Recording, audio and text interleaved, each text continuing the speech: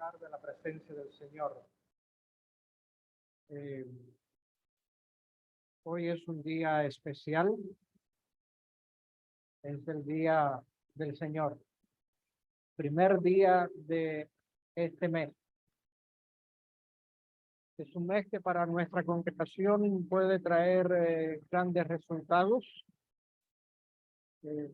y oración, porque se nos informó que durante este mes la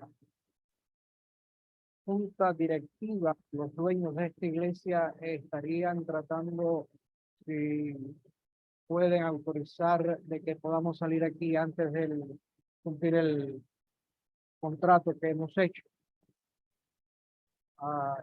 Tal parece que el lugar donde nos estamos reuniendo los miércoles está abierto para que vamos allá. Los que han ido allá saben que es mejor. Así que, dado el primer sábado de noviembre, es posible de que estemos en otro lugar. Dios sabe, esas son las intenciones y estaremos a su debido momento haciendo los pasos necesarios.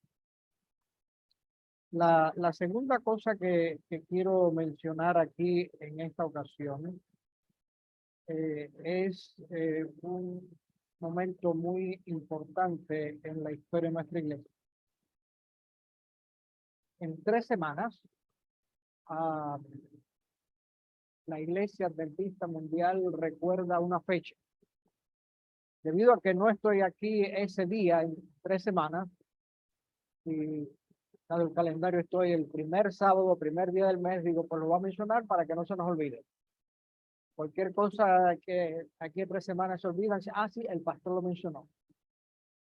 A ver los matemáticos, ¿cuántos años hace de que hubo un evento especial que marcó hito en nuestra iglesia?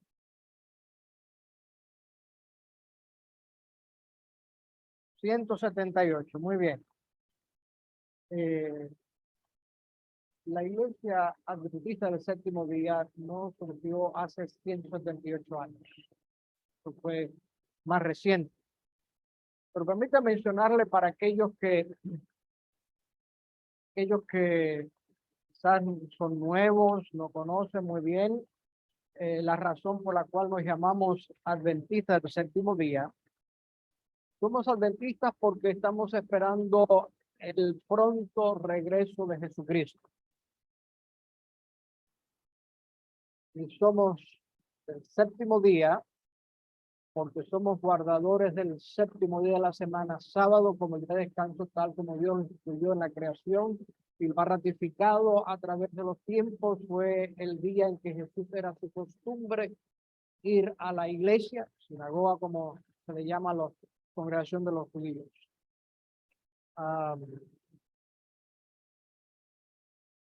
Como todas generaciones antes, los fundadores de nuestra iglesia creían de que Jesús iba a regresar en su tiempo, mientras estaban vivos. Ellos esperaban de que regresara en una fecha específica basada en las enseñanzas de un predicador bautista norteamericano, Guillermo Miller. Pero ese día, 22 de octubre de 1944, cuando fue el día que tenían como de la gran esperanza, Jesús no vino como ellos creían de que estaba profetizado. Los milleritas, porque era el movimiento que seguía a Guillermo Miller, entraron ese día en el gran chasco, 23 de octubre.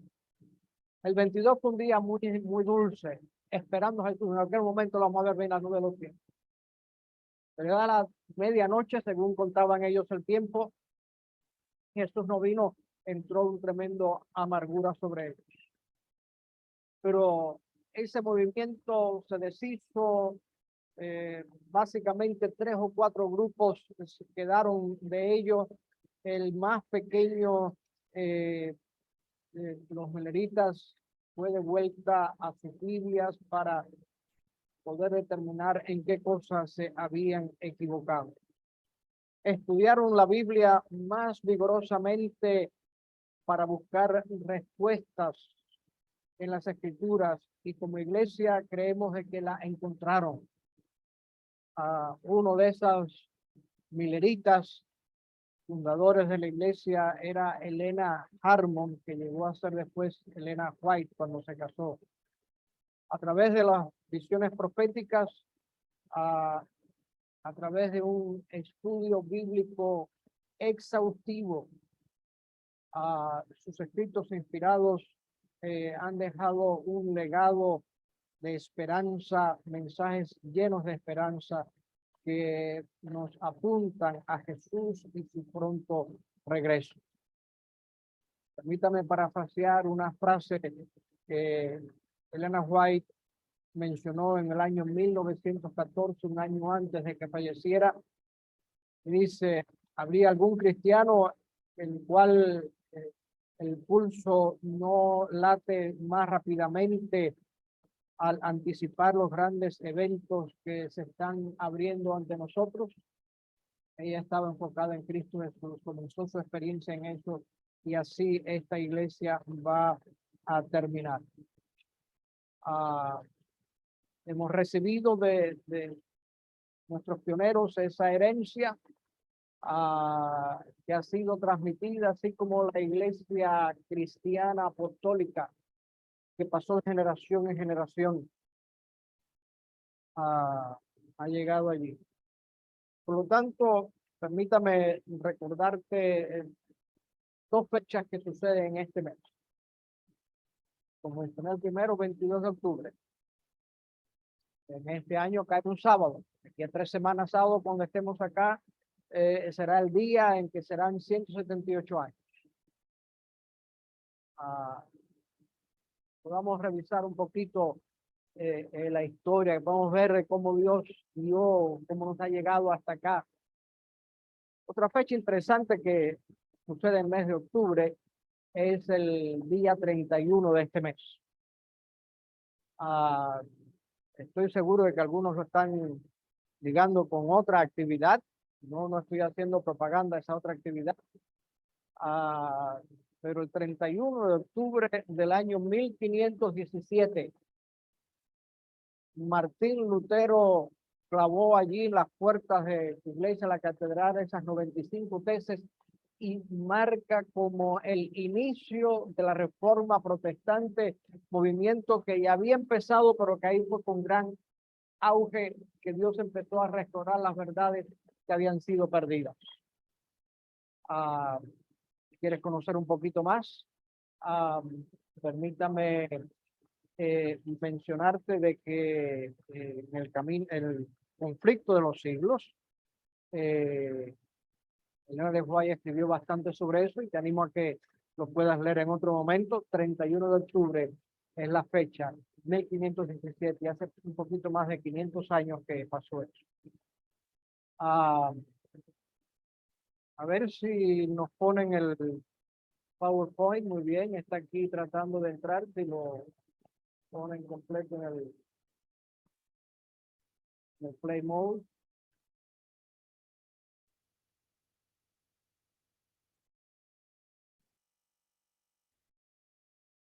Muy bien, aquí. Y yo hemos recibido la herencia de nuestros pioneros, fundadores de la iglesia. Hemos recibido la herencia de la reforma protestante, donde se empezó el proceso de restaurar la verdad, el cual finalmente, al venir el movimiento adventista, estuvo restaurando finalmente quizás las últimas verdades que estaban todavía por tenerse, el santuario, el sábado, entre otras que podemos mencionar. Pero en esta mañana quiero mencionar 6. Sin embargo, a veces los títulos son un poquito engañosos. Porque finalmente en la Biblia, ¿cuál es el número ideal, el número que es mejor de todos? El 7. Así que vamos a estar mirando 6 cosas, pero finalmente vamos a estar viendo una séptima al final. Yo quisiera también en este momento, si pudiéramos pensar un poquito en hacer un poquito un sermón interactivo. Así que van a haber varios textos bíblicos, 6, 7 textos bíblicos que yo quiero que se lea a la congregación. En la pantalla solamente va a aparecer la cita, es decir, por así decirlo, Génesis 1:1. Así que esperamos aquí en eso. Y vamos a adentrarnos a ver la primera cosa que los creyentes han recibido.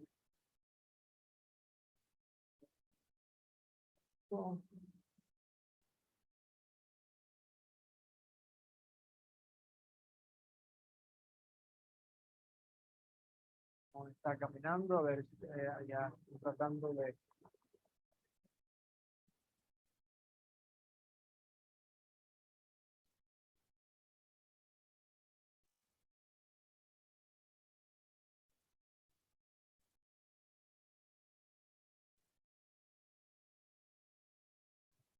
Sí, a ver si aquí y lo ponen.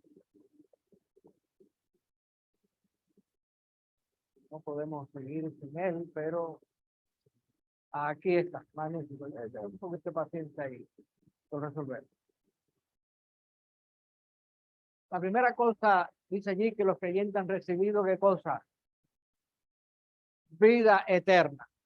Y estoy seguro que el primer versículo que quiero que lean es el que aparece ahí en rojito con amarillo. Es un texto que posiblemente todos pueden repetir de memoria. Porque de tal manera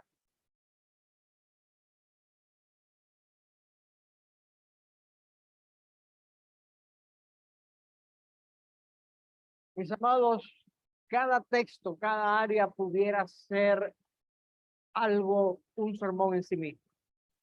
Pero vamos a estar dando unas pequeñas pinceladas. Así que para aquellos que, atento porque hay algunos que hacía mucho tiempo, meses, años que no veía, otros quizás solamente 2 o 3 semanas.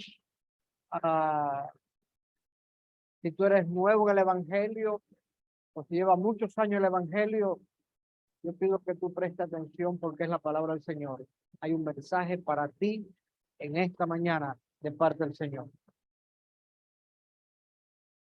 Primera cosa que queremos comentar muchas veces porque encontramos de que se escucha muchas veces esa dualidad, esa dicotomía de que el Dios del Nuevo Testamento es el Dios de amor, de esperanza, de salvación, y que el Dios del Antiguo Testamento es el Dios severo, castigador, juez severo, etcétera.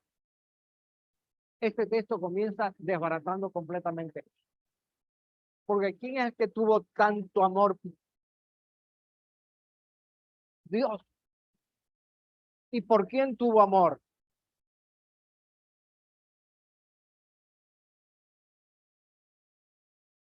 Al mundo.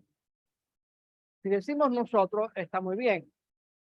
Yo puedo decir nosotros aquí, pero cuidado no excluir. Porque si decimos solamente nosotros, los que no están aquí, que no somos nosotros, quedarían excluidos. Y eso no es lo que dice la Biblia. Si decimos los pecadores, bueno, sí, porque no hay ni un uno, todos somos pecadores. Así que no importa donde tú vengas, si tú vienes de México, si tú vienes de Honduras, si tú vienes de Colombia, si tú vienes de Venezuela, si tú vienes de Cuba, el lugar que tú vengas, Nicaragua.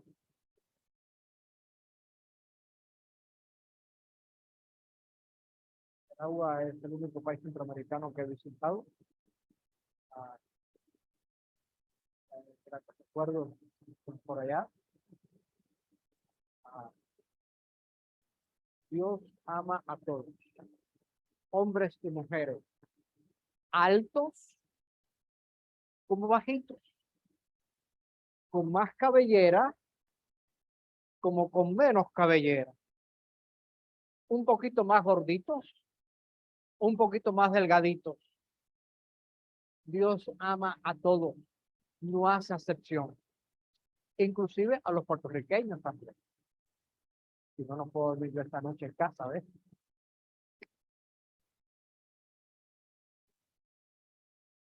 Mis amados, Dios no podía imaginarse la eternidad sin ti y sin mí. Así que hizo algo al respecto. ¿Qué es lo que queda por nosotros hacer? ¿Qué dice el texto? Para que todo aquel que creer es lo que tú y yo necesitamos. Simplemente creer, una creencia que no es una mera aceptación intelectual, sino es una creencia activa, constante, que se acomoda siempre a lo que Dios dice. De tal manera que lo que Dios dice que hagamos, lo hacemos, y lo que Dios dice que no hagamos, no lo hacemos. Por lo tanto, la pregunta para ti, para mí es, ¿eres un creyente en lo que Él ha hecho? ¿Eres un creyente en Él, Jesucristo? Si es así, la eternidad es tuya. Porque como dice el mismo Juan allí en su primera carta, el capítulo 5, el versículo 12, dice, el que tiene al Hijo tiene la vida, y el que no tiene al Hijo de Dios no tiene la vida. Por lo tanto, mis amados, si tú y yo hoy y aquí ahora crees y aceptas a Jesús como tu Salvador personal, tú tienes ahora en este momento la vida eterna. Dirán, pastor, eso es verdad, que no me voy a morir. No, no, no, no, un momentito. La Biblia es bien clara. Una cosa es la vida eterna y otra cosa es la inmortalidad. Al único que tiene la inmortalidad, el Dios invisible, poderoso, ese nos la va a dar el día que Él venga. Pero Dios va a dar la inmortalidad a los que aquí y ahora tienen al Hijo, es decir, a los que aquí y ahora tienen vida eterna. ¿Lo crees? No porque yo lo diga, sino porque Jesús lo ha dicho. Hablamos de que uno de los fundadores de la iglesia del séptimo día, uno de los creyentes del grupo Milerita, es Elena, que llegó a ser Elena Harmon. Encontramos el Espíritu de Profecía y tengo algunos pensamientos que vamos a estar mencionando a través de la presentación esta mañana. Y la carta número 62 del 28 de marzo de 1909. Es una carta escrita a un pastor Parson de Asheville, Carolina del Norte. Y esta ciudad me parece que estuve mirando por ahí donde ha estado pasando, teniendo el embate de Ian en este asunto. Ella lo escribió desde Santa Elena en California cuando estaba allá. Y dice, El Salvador sufrió abuso y crueldad a manos de hombres que odiaban la verdad. Dio su preciosa vida para poder salvar a las almas que perecían por la necesidad de un Salvador. Sigue diciendo 1892 en El Camino a Cristo, ese gran clásico de ella. Dios sufrió con su Hijo en la agonía del Getsemaní, en la muerte del Calvario, el corazón del amor infinito pagó el precio de nuestra redención. Y de nuevo otra carta, 1823. Esta la escribió a sus hijos, Edson y Emma. Estaban allí en Omaha, Nebraska. Ella estaba en Santa Elena también ese entonces. Dice, es una maravilla para la hueste angélica que la humillación y muerte del Hijo de Dios no llame a los hombres al arrepentimiento. Que tal Salvador, que hizo un sacrificio tan grande para rescatar al hombre, sea rechazado y despreciado. Concluye ella con otra carta, 48, 1968, dirigida allí a David Lanson, un evangelista y administrador de una asociación. Esto como encontrar allí en el matinal Alza tus ojos. Dice, oh, qué amor, qué maravilloso amor, cuán pocos aprecian ese amor, cuán pocos participan de la naturaleza divina. Habiendo el Señor emprendido la maravillosa obra de redención, decidió que no abandonaría el plan, que no escatimaría esfuerzos por costosos que fuera, no rehusaría nada, por querido que fuera, que significase ser esencial para consumar su designio de investir al hombre de don sobre don, hasta hubiese abierto al ser humano todos los recursos del tesoro celestial. Alabado es el nombre de Dios. Primera cosa que hemos recibido es la vida eterna. La segunda cosa que tenemos acá, ellos han recibido el espíritu de adopción como hijos e hijas. A ver ahora algún voluntario que nos lea allí Romanos capítulo 8, versículo 15. Aquellos que nos están siguiendo por la plataforma Zoom, si acaso como estamos leyendo aquí la oración no lo escuchan, búsquenlo ustedes allí para que puedan tenerlo. Romanos capítulo 8, versículo 15. A ver un voluntario o voluntaria que nos quiera leer con voz alta.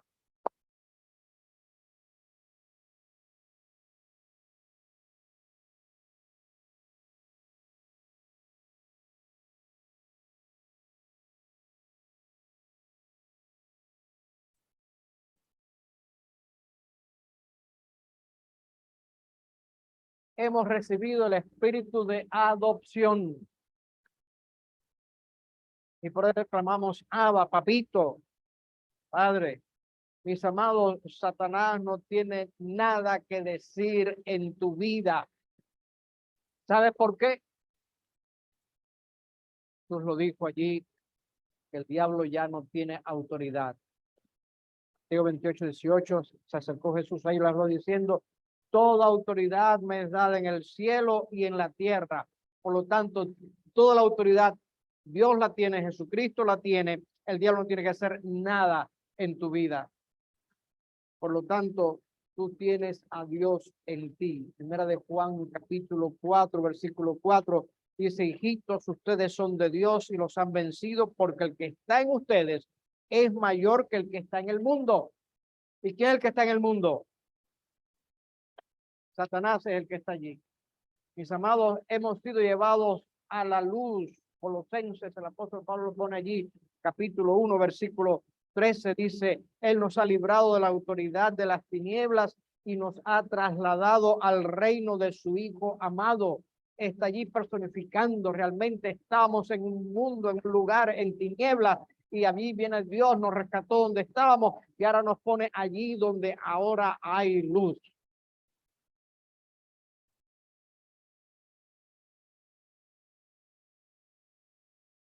Debemos estar claro eso, porque cuando tú y yo nos sometemos a Dios, el diablo retrocede. Santiago capítulo 4, versículo 7. Dice allí, sométanse pues a Dios, resistan al diablo y él huirá de ustedes. Permítanme ilustrar esto un momento aquí. Voy a tomar al caballero que tengo aquí más cerca. Mano aquí, David. Mano, ponga su mano aquí contra la mía y vamos los dos aquí a estar empujando. Empuje, empuje, empuje ahí. Estoy seguro que hemos visto esto cuando a veces estamos haciendo este asunto, a ver quién tiene más fuerza, a ver quién se lo lleva. Bueno, si seguimos aquí un buen rato, ¿qué va a pasar con nosotros? Nos vamos a cansar. La escritura dice resistir. Y ese resistir duele, pero no lo haces en tu fuerza, no lo haces en la mía, porque la primera cosa que el texto dice en primer lugar es sométanse pues a Dios. Y cuando yo me someto plenamente a Dios, entonces yo tengo la fuerza para resistir, porque el diablo no puede contra Dios. El diablo sí puede contra ti, contra mí, pero cuando yo me he sometido a Dios es diferente aquí. Profecía dice, el espíritu de servidumbre se engendra cuando se procura vivir de acuerdo con una religión legal, mediante esfuerzos para cumplir las demandas de la ley por nuestra propia fuerza. Solo hay esperanza para nosotros cuando nos ponemos bajo el pacto hecho con Abraham, que es el pacto de la gracia por la fe en Cristo. Toda nuestra esperanza, presente y futura, depende de nuestro parentesco con Cristo y con Dios. Hemos sido adoptados. Si tú no eres adoptado, entonces no tienes ese parentesco. Pablo se expresa con vigor para confirmar nuestra fe al respecto. A quienes son guiados por el Espíritu de Dios y en cuyos corazones habita la gracia de Cristo, el apóstol dice allí que hemos sido adoptados. Aquí cita a Romanos 8, el versículo que leímos anteriormente. Entonces viene aquí el tercer punto.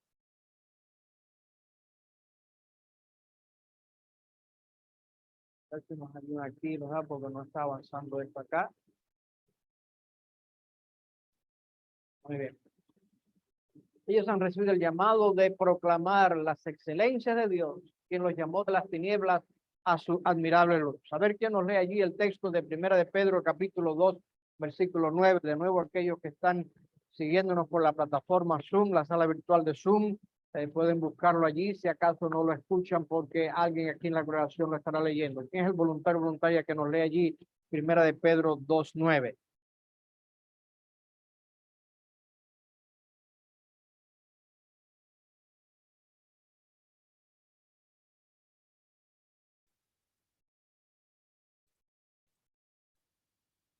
Aquí está.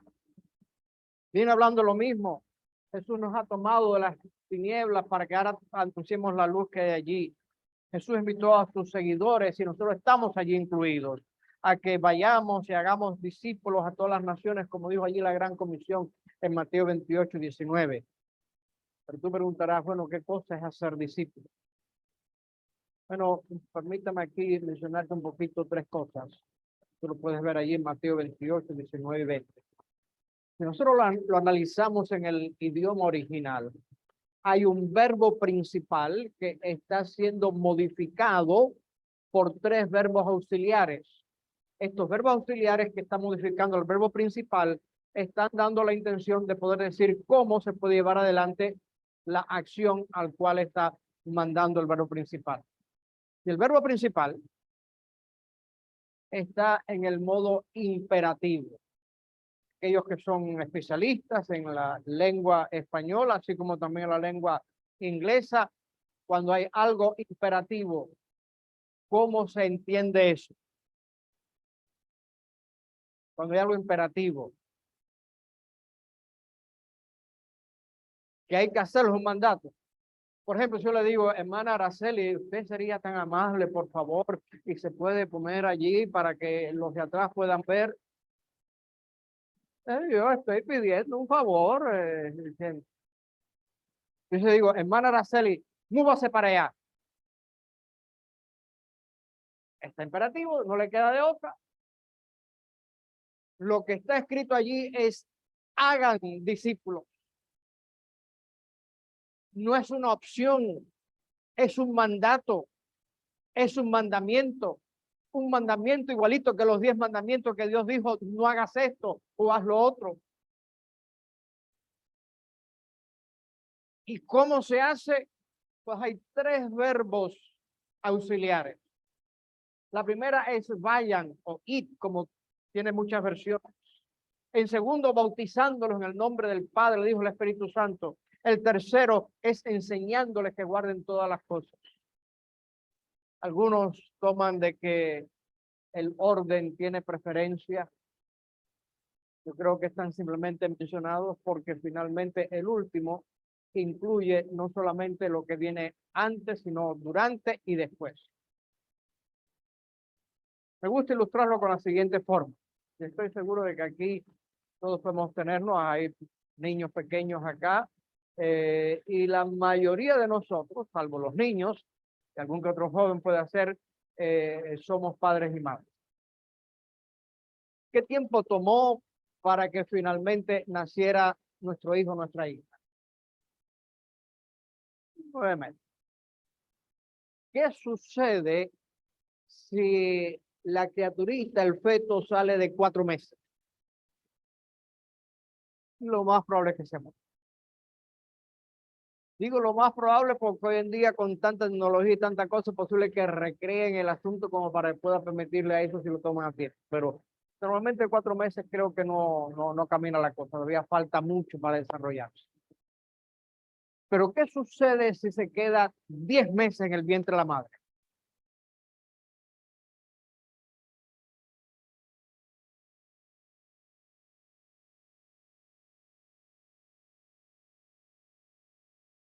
Yo creo que si queda 10 meses va a salir muerto. Es lo que ha pasado. Quiere decir, como decía un tío mío, que tan malo es pasarse como no llegar. Ahora, no tomen literalmente, estoy tomando aquí una ilustración de lo que es el proceso del nacimiento del ser humano, de que necesita tener. Para que tú y yo hayamos nacido necesitamos un tiempo mínimo, básico, para poder salir viables a la vida. Y no sé en el país donde tú naciste o si estabas allí cuando nacieron tus hijos, pero aquí, me imagino que por allá también, los pediatras cogen allí y entonces lo llevan a las 2 semanas, al mes, a los 2 semanas, 2 meses, y están pesando y midiendo al bebé. Y normalmente dicen, no, está perfecto. Pobrecito, ese ni puede mantener la cabeza al pie, no sabe comer, no sabe hablar, no sabe hacer nada cosas. Hay que estar casi las 24 horas encima, y las mamás primerizas se vuelven locas porque no saben qué es lo que está diciendo esa criatura.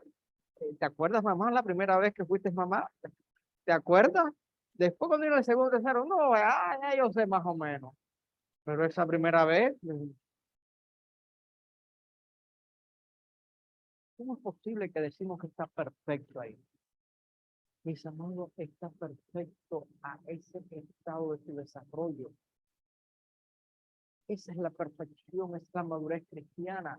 En el grado de desarrollo que tú tienes que estar perfecto cuando se mida estar allí.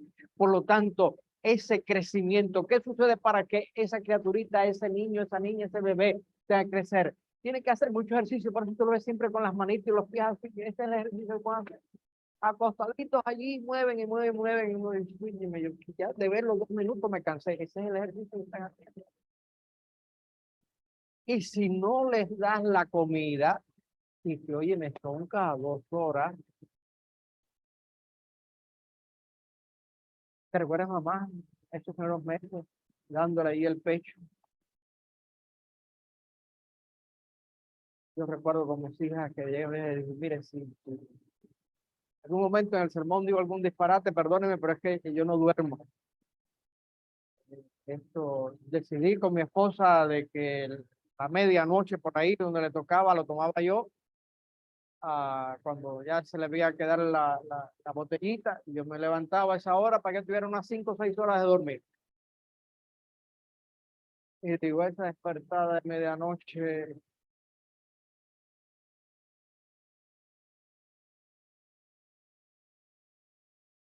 estamos dando comida.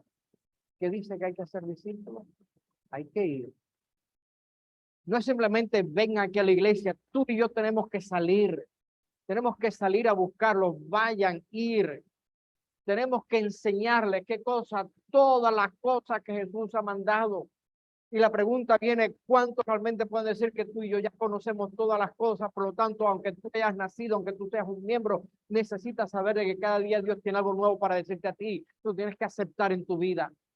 Por lo tanto, en la vida cristiana necesitas un mínimo para nacer. Ahí hacemos el nuevo nacimiento, el bautismo de la iglesia. Podemos ir enseñando, haciendo discípulos en Cristo Jesús. Recordamos de que Jesús dio un estímulo a aquellos que hagan esa obra. Versículo 20 de Mateo 28 termina diciendo, yo estoy con ustedes todos los días hasta el fin del mundo. Y la pregunta que quizás pudiéramos hacernos, ¿por qué debemos hablar a la gente acerca de Jesús, invitarlos a seguirlo? ¿Para qué sirve esto? Bueno, recuerda lo que dijimos antes, por eso dijo, toda autoridad me es dada en el cielo y en la tierra. El que tiene autoridad te ha dicho, ve y haz discípulos, bautízalo, enséñale todo lo que yo te he mandado y sigue enseñando.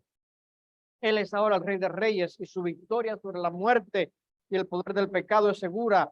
Aquel que finalmente conquistó el pecado en nuestras vidas debe ser presentado finalmente a los demás para que ellos también puedan conocer de su amor, mis amados. La gran comisión es el mayor llamado que tenemos cada uno de nosotros. Es una misión. Lo hacemos finalmente junto con Él. El profecía menciona allí, Dios no escoge para que sean sus representantes entre los hombres a ángeles que nunca cayeron, sino a seres humanos, a hombres de pasiones semejantes a las de aquellos a quienes tratan de salvar. Cristo se humanó a fin de poder alcanzar a la humanidad. Se necesitaba un Salvador a la vez divino y humano para traer salvación al mundo. Y a los hombres y mujeres ha sido confiado el sagrado cometido de dar a conocer las inescrutables riquezas de Cristo Jesús. ¿Crees que no estás equipado para compartir la verdad de Dios? Piénsalo, sabes si tú estás pensando así. Porque Dios no podía pensar en nadie mejor que en ti y en mí. Permítame entonces darte aquí un consejo de la profecía en esa preparación personal para compartir las buenas nuevas. Cuando la mente del hombre se pone en comunión con la mente de Dios. Por eso el apóstol Pablo dice, haya pues en vosotros este mismo sentir en Cristo, esa misma mente. El ser finito con el infinito, el efecto sobre el cuerpo, la mente y el alma es superior a todo cálculo. En esa comunión se halla la más elevada educación. Es el método de Dios para desarrollar a los hombres.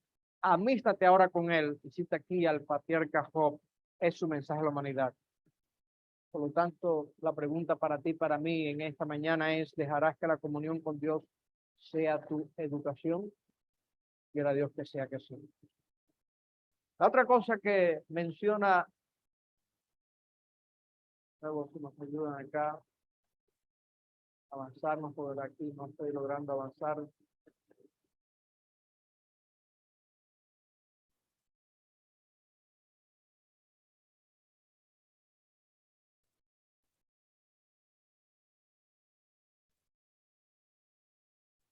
Arriba nos avanzan, por favor.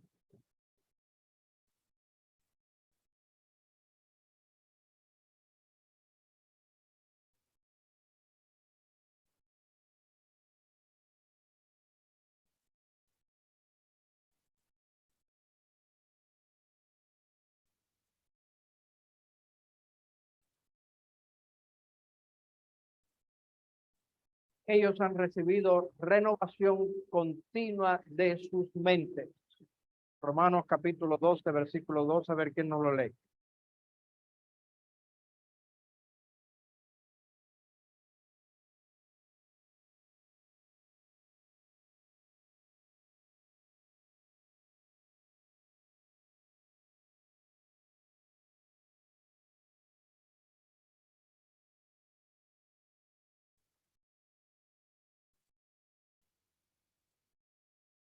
El versículo 2 lo leyó. Sí.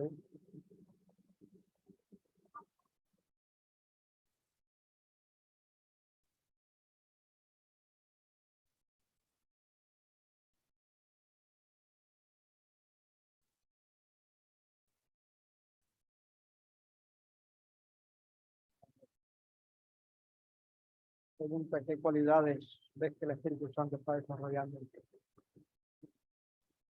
Amados, la santificación es un proceso en el que Dios nos ha invitado y es imposible la santificación sin Dios, sin Él.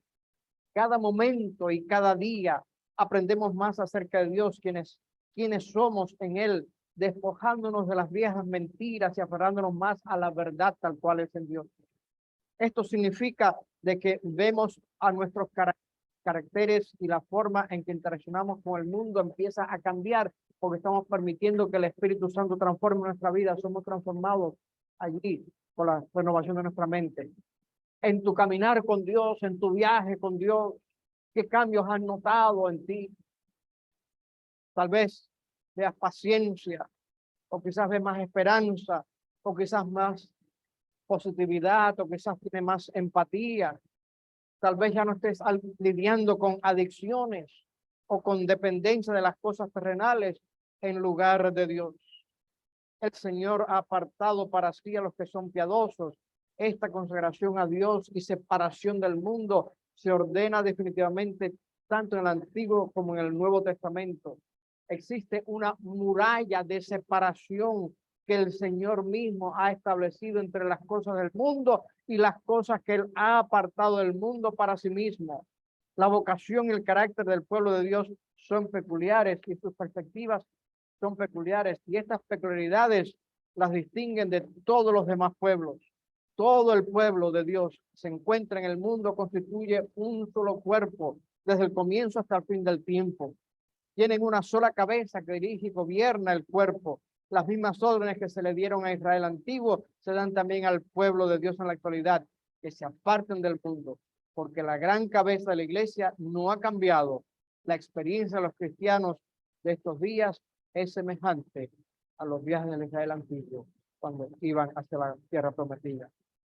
Mis amados, el hombre, el ser caído, puede ser transformado por efecto de la renovación de la mente y de este modo probar cuál sea la buena voluntad de Dios, agradable y perfecta. ¿Es esto posible? La respuesta es un rotundo sí, cuando el Espíritu Santo toma posesión de la mente, del espíritu, del corazón y del carácter. ¿Dónde y cómo se lo comprueba? Del apóstol que hemos llegado a ser espectáculo al mundo, a los ángeles y a Dios. Los frutos de la verdadera obra realizada por el Espíritu Santo son evidentes en el carácter que tiene que haber. Por lo tanto, si seguimos las pisadas de Jesús, seremos un pueblo obediente, porque mantendremos abiertas las ventanas del alma que dan al cielo. De esa forma podremos disfrutar la luz y la paz y el gozo del cielo. Dios demanda que nos limpiemos de toda impureza, dice la profecía allí en el manuscrito 66 de 1899. Cuando yo allí que dice impureza, digo, déjame ver cómo dice el original inglés. Porque a veces las traducciones ponen palabras que no siempre llevan toda la misma fuerza del original. Es lo mejor que viene. Los que saben inglés y español saben de que a veces en inglés hay una palabra que no hay una equivalente en español o viceversa de español a inglés. Y la palabra en inglés es filthiness. Para aquellos que dominan el idioma de Shakespeare, filthiness. ¿Saben cómo se traduce esa palabra? Mugre. ¿Entendemos lo que es mugre? Suciedad, inmundicia, obscenidad, grosería, vulgaridad, inmoralidad, perversión, depravación. Tenemos que limpiarnos de toda impureza de la carne y del espíritu. Entonces, y eso lo hacemos diariamente con la renovación de nuestra mente. En quinto lugar, ellos han recibido la promesa de la corona de la vida a pesar de las dificultades en esta vida. Allí está, queremos destacar la última parte de Apocalipsis capítulo 2, versículo 10. ¿Quién nos lo lee?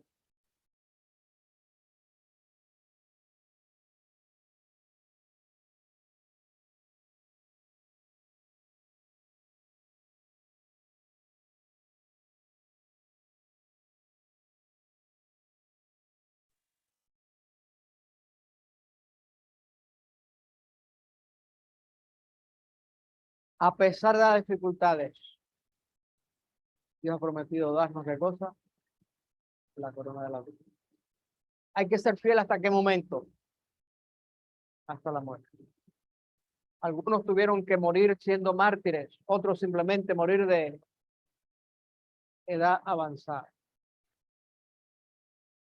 Es interesante porque recién el mundo estuvo todo envuelto con el fallecimiento de la reina de Inglaterra. Es histórico, 70 años, nunca en las 1000 y tantos años de la corona inglesa había habido un monarca que reinara tantos años, 70. Que hay que quitarse el sombrero, es una cosa grande, etcétera, etcétera. Pero notamos de que finalmente empiezan a salir las noticias de que ya había muerto cuando empiezan a salir las noticias de que estaba en problemas. Que la nobleza es así, de que no puede hacer noticias inmediatamente. Y después de días, todo ese gran entierro, todo eso que pasó, vimos las noticias más de un momento. Después de días, entonces finalmente sale la causa de muerte. A la notificación, lo diga noticia. Murió de edad avanzada. Bueno, para una mujer de 96 años como tenía, creo que era normal ver. Cuando llega una persona de tantos años allí, creo que está bien. No, si Dios permite que tengas 96 años, como el papá de una hermana era de Flores de él, quizás algunos le conocieron a Evita Granda, que dice su papá cumplió 101 años.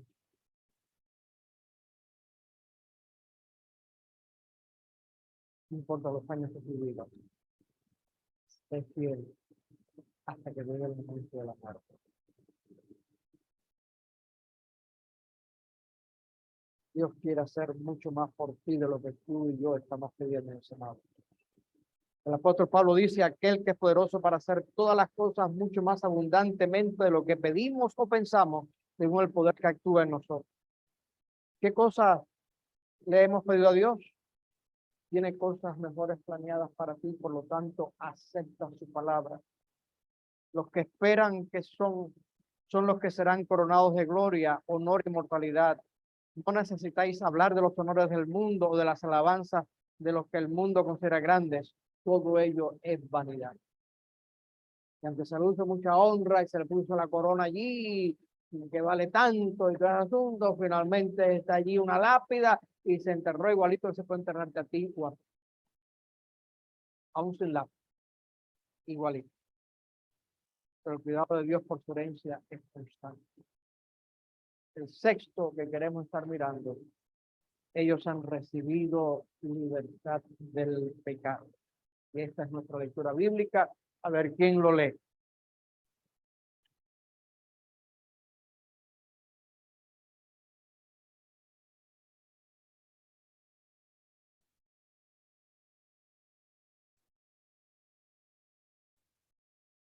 Ahora, volvamos aquí porque el tiempo verbal en que está escrito es importante.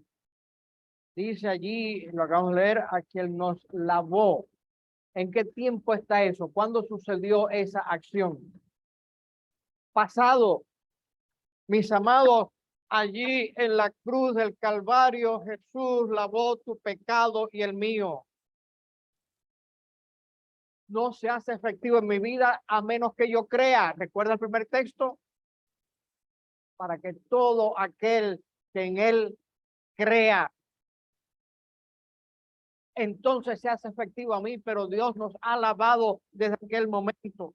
El apóstol Pablo hace énfasis que aquí dice, más bien sean bondadosos y misericordiosos los unos con los otros, perdonándonos los unos a los otros, como también Dios lo perdonó pasado a ustedes en Cristo. El apóstol Pablo sigue diciendo allí en Colosenses 3:13, soportándonos unos a los otros. Ay, esto hay que soportar un poco. Esta hermanita, este hermano. No ponemos nombre para, pero tú sabes lo que hay, ¿ves? Tú lo has vivido más de un momento en alguna congregación. Ay, qué bueno que se mudó el hermano tal. Soportando los unos a los otros y perdonándonos los unos a los otros. Cuando alguien tenga queja del otro, de la manera que el Señor los perdonó pasado, así también háganlo ustedes. En la cruz, mis amados, Dios no solo te perdonó, Él se paró allí en tu lugar. Jesús tomó nuestros pecados para que podamos tomar nosotros ahora su vida. Esto ya pasó. Jesús allí en la cruz del Calvario dijo, está terminado, todo está cumplido, está consumado. Eso es lo que dijo Jesús. Aquellos que le viene mejor al inglés. It is finished. It is completed. It is accomplished. Palabras que están allí en San Juan 19:30. Y quiero compartir contigo este párrafo de la escritura de profecía que vio en Herald de 3 de mayo de 1861. Satanás puede susurrar, eres muy pecador para que Cristo te salve. Aun cuando reconozcáis que sois verdaderamente pecadores e indignos, debéis hacer frente al tentador con el clamor, en virtud de la expiación, yo reclamo a Cristo como mi Salvador. No confío en mis propios méritos, sino en la preciosa sangre de Jesús que me limpia. En esta circunstancia, aferro mi alma impotente a Cristo. La vida cristiana debe ser una vida de fe viva y constante, una confianza que no se rinde, una firme dependencia de Cristo para paz y seguridad al alma. Fue escrito el Evangelio el 3 de mayo de 1881 y después salió en varios compilaciones de Ellen White, hijos y hijas de Dios, para Dios y gracia de Dios, etc. Amados, es cuando tú y yo estamos asombrados, impresionados, anonadados por el perdón de Dios, que caminamos entonces en novedad de vida. Pregunta, ¿quién conoce que necesita este recordatorio? Y permítame mencionarte, quizás esa persona puede ser tú mismo. Quizás puedo ser yo mismo. Recordarme esa gran verdad. De que aquí, finalmente, lo que Jesús ha hecho, lo que fue.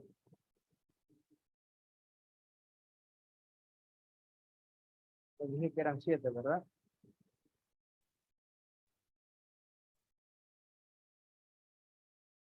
Este te sale.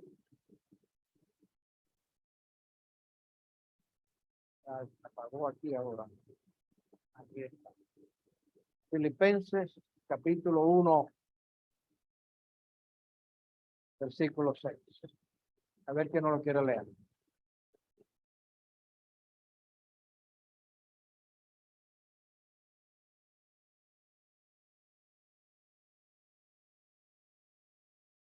Estamos concluyendo, pero presta atención aquí porque necesitamos hacer también un poco de análisis gramatical. Estando convencido de esto, que el que en ustedes comenzó la buena obra. ¿Quién la comenzó? ¿Quién la comenzó? ¿La hice yo? La comenzó Jesús. El que comenzó la buena obra, ¿qué es lo que va a hacer? La perfeccionará. Vamos a parar aquí esta palabrita, hacer análisis gramatical. Perfeccionará es en el modo indicativo, está describiendo. No es el modo imperativo como hablamos anteriormente de el mandato de hacer discípulos. Aquí es indicativo, está describiendo futuro tercera persona singular. Pero ahora la siguiente palabra es crítica también. ¿Cuál es la siguiente palabra? La perfeccionará. ¿Cuál es la siguiente palabra? Hasta. Hasta. ¿Hasta qué día? ¿Cuál es el día de Jesucristo? Cuando Él venga, ¿verdad?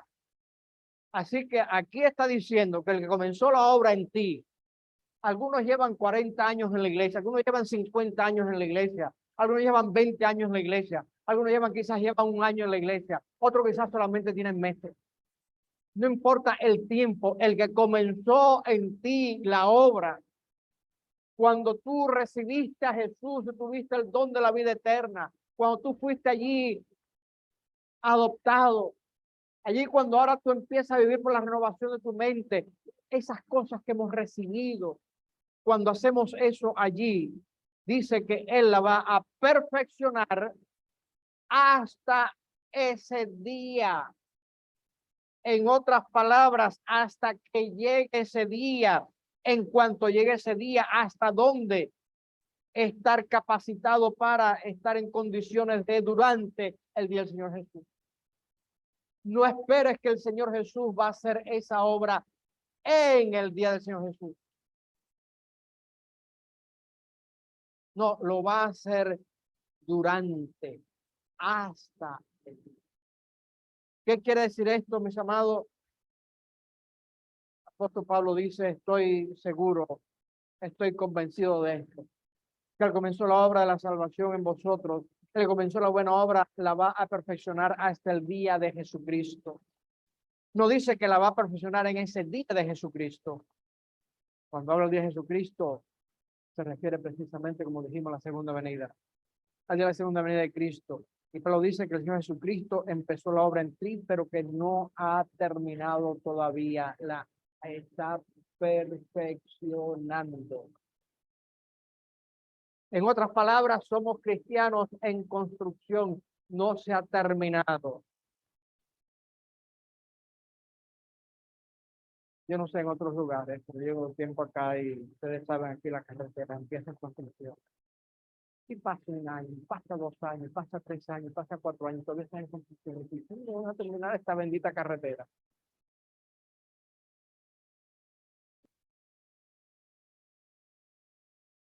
A que cuando yo empiezo a ver aquí, permítanme tomar nombre de un par de ustedes, aquí de 4. Cuando empiezo a ver aquí la hermana Olga, no ha terminado con ella, la va a perfeccionar. Hermano Santa María, comenzó, pero la va a perfeccionar. La hermana Araceli, sí que la va a perfeccionar.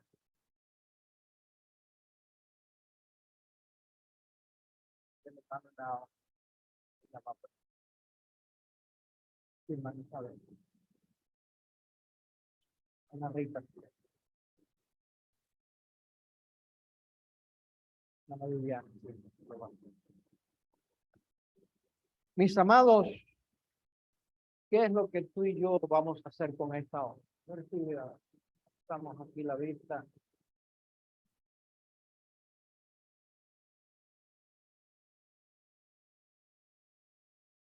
¿Quién va a hacer la obra?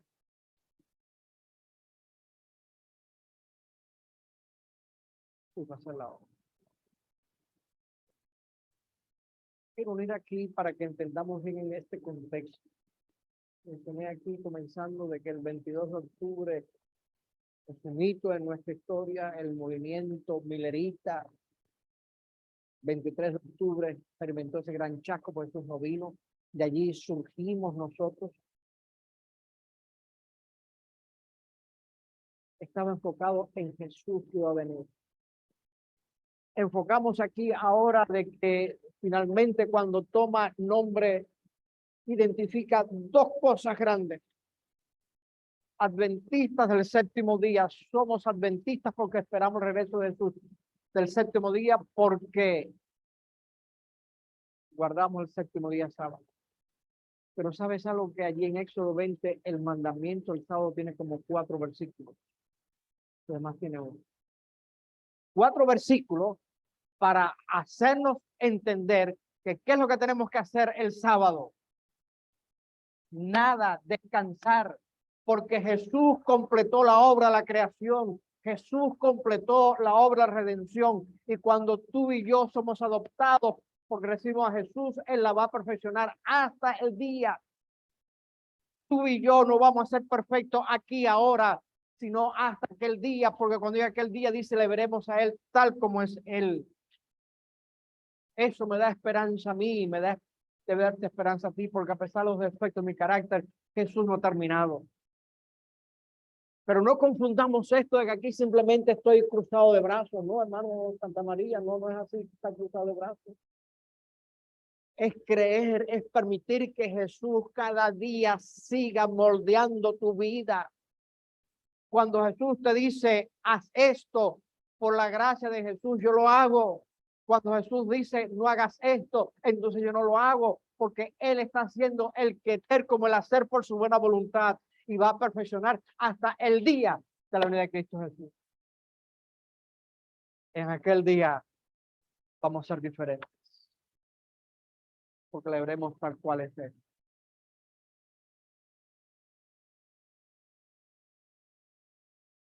No sé cuántos prestaron atención a las palabras del himno inicial de nuestro culto 17.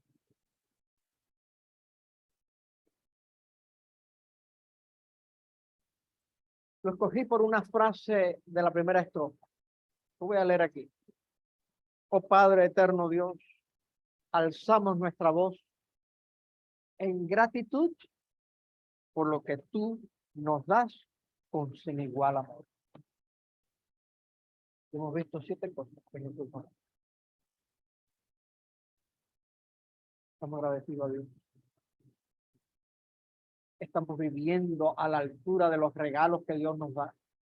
Estás permitiendo que tú seas verdaderamente un hijo, hija de Dios, adoptado, de que tienes la vida eterna, de que vives todo como Dios quiere que sea.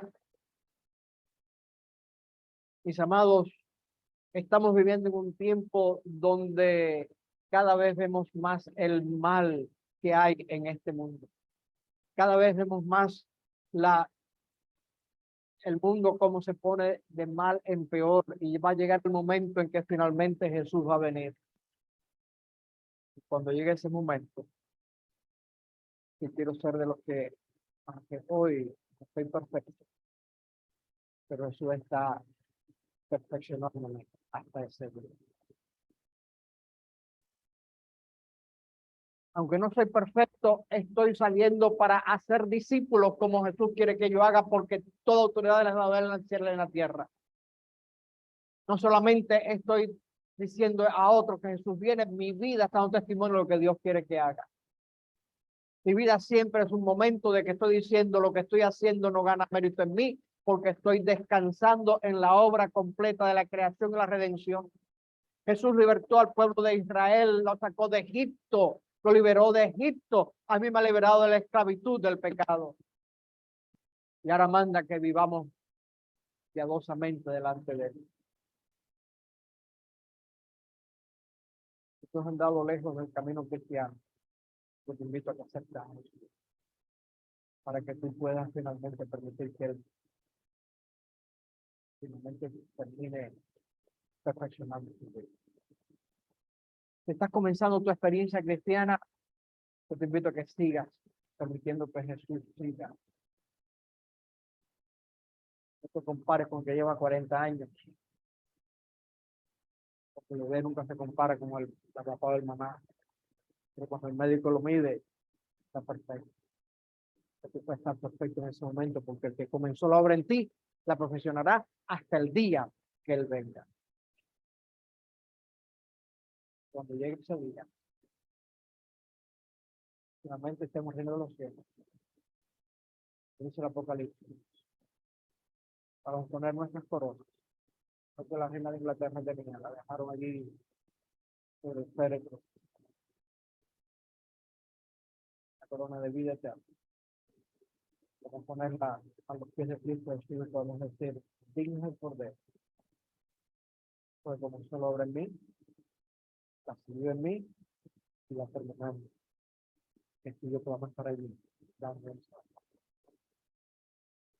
alabanza y honor al que solamente lo merece. Y has recibido con Jesús, que Dios te bendiga.